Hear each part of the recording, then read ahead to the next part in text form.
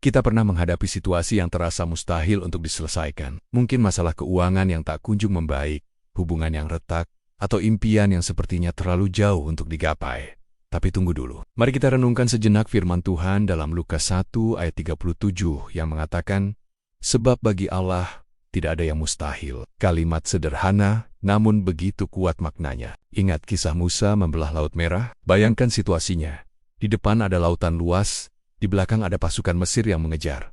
Mustahil meloloskan diri kan? Tapi Tuhan membuka jalan di tengah laut. Saat ini, mungkin kamu sedang menghadapi Laut Merah dalam hidupmu. Mungkin dokter sudah angkat tangan dengan kondisi kesehatanmu.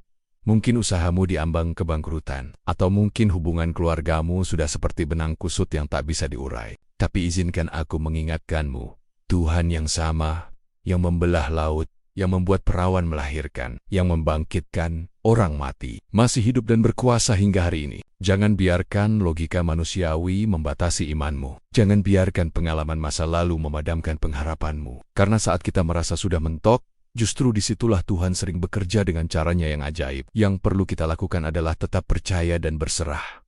Serahkan semua kekhawatiranmu padanya. Dia tahu apa yang terbaik, dan dia punya timing yang sempurna. Ingatlah selalu, ketika manusia berkata mustahil, Tuhan berkata, "Aku sanggup." Terima kasih sudah mendengarkan. Jika video ini memberkati hidupmu, jangan lupa like, share, dan subscribe ya. Sampai jumpa di video berikutnya. Tuhan Yesus memberkati.